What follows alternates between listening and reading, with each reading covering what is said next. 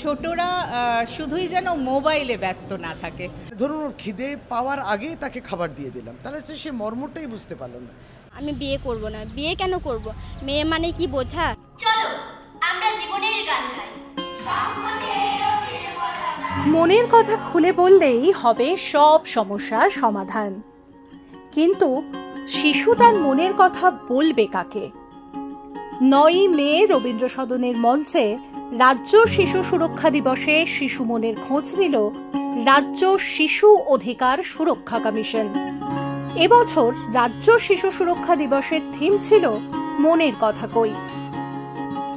বিভিন্ন ঘটনার পরিপ্রেক্ষিতে আমরা দেখছিলাম যে একবার যদি বলতো বড়দেরকে, হ্যাঁ, তাহলে হয়তো অনেকটা বিপজ্জনক যে অবস্থার মধ্যে ওরা পড়ছে সেটা হয়তো আমরা মানে বড়দের সাহায্যে কাটিয়ে উঠতে পারতো, বা এতখানি ক্ষতিগ্রস্ত হতো না ওদের শৈশব।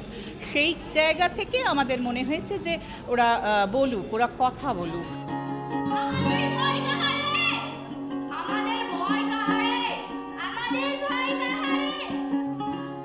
শিশু কিশোরদের মধ্যে ক্রমেই বাড়ছে মোবাইল আসক্তি। এই সময় অনলাইনকে মনোরোগ বিশেষজ্ঞ সঞ্জয় গর্গ ইতিমধ্যে জানিয়েছেন, পড়ুয়াদের মধ্যে যত আত্মহত্যার ঘটনা ঘটছে তার 40% পিছনেই ফ্যাক্টর স্মার্টফোন অ্যাডিকশন। বিভিন্ন সার্ভেতেই তথ্য উঠে এসেছে যে কথা বলতে না পারার জন্য বহু শিশু বা পড়ুয়া আত্মহত্যার পথ বেছে নিয়েছে। ন্যাশনাল ক্রাইম রেকর্ড ব্যুরোর 2023-এর রিপোর্ট অনুযায়ী দেশে মোট আত্মহত্যার সংখ্যা 1,62,648 জন।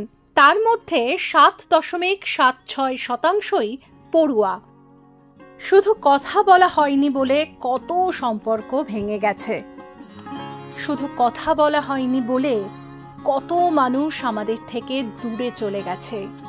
কণ্ঠ সিনেমার এই বিখ্যাত ডায়ালগ প্রতিদিন যেন আরও প্রাসঙ্গিক হয়ে উঠছে। সমাধানের পথ একটাই, মনের কথা খুলে বলতে হবে।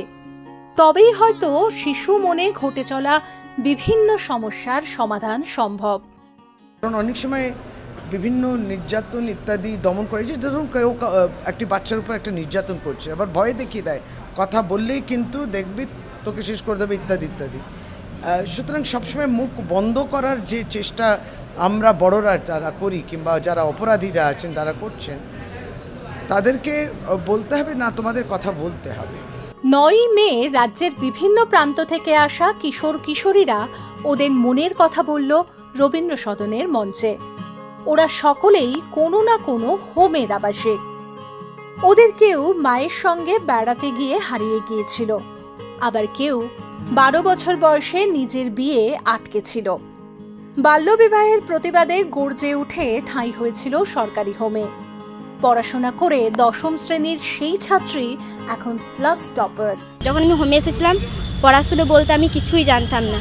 অ আ ক খ শিখেছি প্রথমে, আর এখন আমি ক্লাস 10-এ উঠলাম এবছর। আমি এখন ক্লাসে টপার।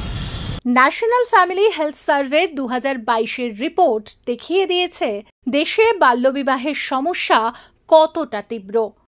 ভারতে 23.3% মেয়ের বিয়ে হয়েছে 18 বছরের আগেই। বাংলায় সেই সংখ্যাটা 41.6%। আবার কিশোরী মাতৃত্বের গড় হার এ রাজ্যে 16%। জাতীয় হার যেখানে 7%-এর কিছু বেশি। মনের কথা কই অনুষ্ঠানে শিশু অধিকার সুরক্ষা কমিশনের আধিকারিক থেকে রাজ্যের বিভিন্ন প্রান্ত থেকে আসা কিশোর কিশোরীরা মনের কথা খুব সহজেই কিভাবে বলা যায় তা নিয়ে আলোচনা করলেন, উত্তরণের পথ খুঁজলেন। কিভাবে শিশু মনের সমস্যা দূর করা যায়, সহজভাবে সহজ কথা বলার পথ কি পাওয়া গেল?